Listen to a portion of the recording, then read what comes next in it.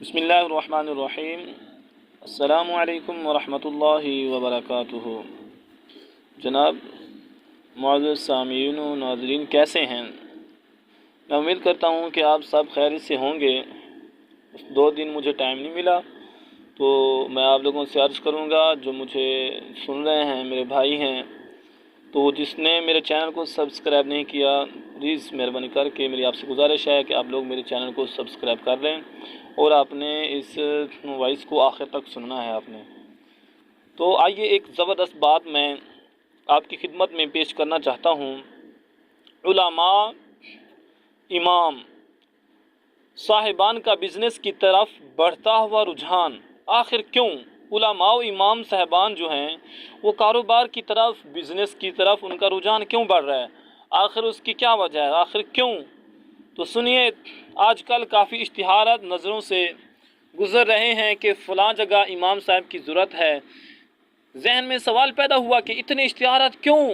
آیا مساجد زیادہ تعمیر ہو رہی ہیں، یا ائمہ کرام مساجد چھوڑ کر اپنے کاروبار اور بزنس میں مصروف ہو رہے ہیں، یا ویسے ہی نئی مساجد میں امام صاحبان مل نہیں رہے؟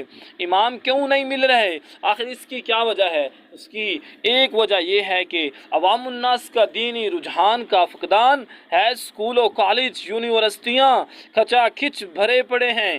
ہر آدمی مادی ترقی، مال و دولت کے ذریعے چاہتا ہے، چونکہ دینداری میں عیش و عشرت اور مال و دولت کی ظاہری کمی نظر آتی، وہیں 8-10 ہزار مساجد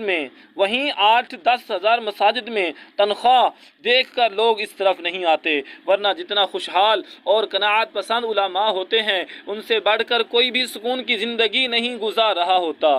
گزر بسر ہے ہماری فقط قناعت پر، گزر بسر ہے ہماری فقط قناعت پر، نصیب نے یہی دولت ہمیں عطا کی ہے۔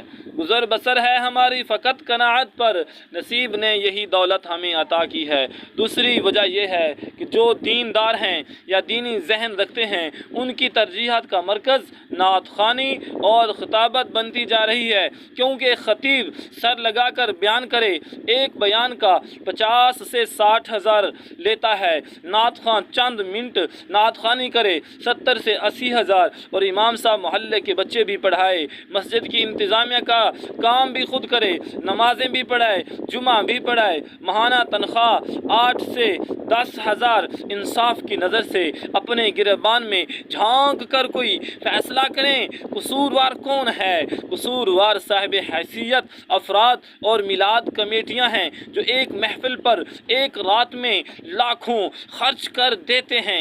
اسی محلے میں سفید پوش امام مسجد 10 ہزار پر گزارا کر رہا ہوتا ہے۔ اسی علاقے میں مدرسے کے بچوں کا کھانا فوڈ پورا کرنے کے لیے قاری صاحب انہیں میلاد کمیٹیوں کے صدور کے پاس جائیں تو سال بعد 10 ہزار دے کر احسان جتلائیں گے، گویا کہ وہ زبان حال سے کہہ رہا ہوتا ہے کہ اتنا تو میرے حال پر احسان کیا کر، اتنا تو میرے حال پر احسان کیا کر، آنکھوں سے میرا درد پہچان لیا کر۔ دوسری بات کہ امام صاحبان مسجد چھوڑ کر جا چکے ہوتے ہیں۔ اس چیز کے پس پردہ بصیرت کی نگاہ کرے تو بہت سارے حقائق سامنے آتے ہیں کہ امام صاحبان کے ساتھ انتظامیہ مسجد کا رویہ کہ اسے نوکر سمجھا ہوتا، کہ مسجد کی صفائی ستھرائی سے لے کر تمام کام امام مسجد کے ذمے ہیں۔ انتظامیہ کے صدور و ممبران صرف مہمان خصوصی اسپیشل گیسٹ ہوتے ہیں۔ مسجد میں کوئی آیا تو مسجد میں آ گئے اور نمازی یا امام صاحب پر روب جھاڑ کر غائب ہو گئے، پھر دھوپ نکلی تو اپنے آپ کو دھوپ لگوانے کے لیے مسجد کا رخ کر لیتے ہیں، حالانکہ امام مسجد کی خادم ہوتی ہے۔ امام مسجد کی خادم ہوتی ہے، اور امام مسجد مصلی رسول صلی اللہ علیہ وسلم کا وارث ہوتا ہے۔ دوسری چیز، اس میں جو چیز جس مقصد کے لیے بنائی گئی ہو اسی کے لیے استعمال کی جائے تو فائدہ دیتی ہے، ورنہ نقصان اٹھانا پڑ جاتا۔ میں نے اپنی کتاب علم، علماء، مدارس اور حکومت میں ایک اعتراض کے لوگ کہتے ہیں کہ مدارس کے بچوں کو بھی آگے آنا چاہیے اور ڈاکٹر انجینئر بننا چاہیے۔ اس کے جواب میں کہا تھا مدارس اس مقصد کے لیے نہیں ہیں کہ وہ دینی علوم و فنون کی آماج گاہیں ہیں جہاں سے امت مسلمہ کی رہنمائی کے لیے علماء تیار ہوتے ہیں۔ ڈاکٹر انجینئر بننے کے لیے یونیورسٹیاں موجود ہیں۔ اب ہو سکتا کچھ لوگ یہ کہیں علماء تو تیار ہوئے تھے دینی رہنمائی کے لیے، مساجد آباد کرنے کے لیے، قال رسول اللہ صلی اللہ علیہ وسلم کی صدائیں بلند کرنے کے لیے، مگر یہ تو علماء بزنس مین بن رہے ہیں، کاروبار کر رہے ہیں، جہاں سے پیسہ آتا اسی طرف رخ کر رہے ہیں۔ دین انہوں نے پیسے کمانے کے لیے پڑھا تھا؟ کیا دین انہوں نے پیسے کمانے کے لیے پڑھا تھا؟ تو ذرا ٹھنڈے دل و دماغ سے بات سنیں کہ علماء علم پڑھتے ہیں دین پھیلانے کے لیے، مگر یہ بھی تو سوچیں کہ آخر انہیں ان چیزوں کی طرف جانے پر مجبور کس نے کیا؟ کیا آپ نے غور کیا؟ کیونکہ ہمیشہ جب بھی مسائل پرابلمز پیدا ہوتے ہیں تو ان کے حل کے لیے وجہ تلاش کی جاتی ہے۔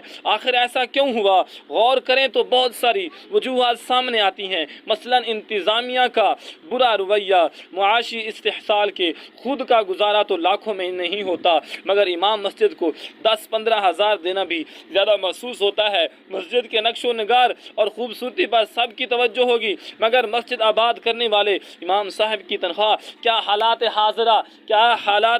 حاضرہ کے مطابق ہے یا نہیں، اس پر کسی کی توجہ نہیں ہوتی۔ تو موجودہ دور میں مہنگائی آسمانوں کو چھو رہی ہے، ہر طبقے نے رونا رویا کہ گزارا نہیں ہوتا، تنخواہیں بڑھا دی جائیں۔ کیا لاکھوں کروڑوں صدقہ و خیرات کرنے والوں نے سوچا کہ امام مسجد بھی دنیا میں رہتے ہیں، ان کے بچے بھی اسکول میں پڑھتے ہیں، ان کے گھر کے بھی اخراجات ہیں، ان کے بھی رشتہ داریاں ہیں، شادی بیاہ، خوشی غمی کے معاملات کا تعلق ان کے ساتھ ہے؟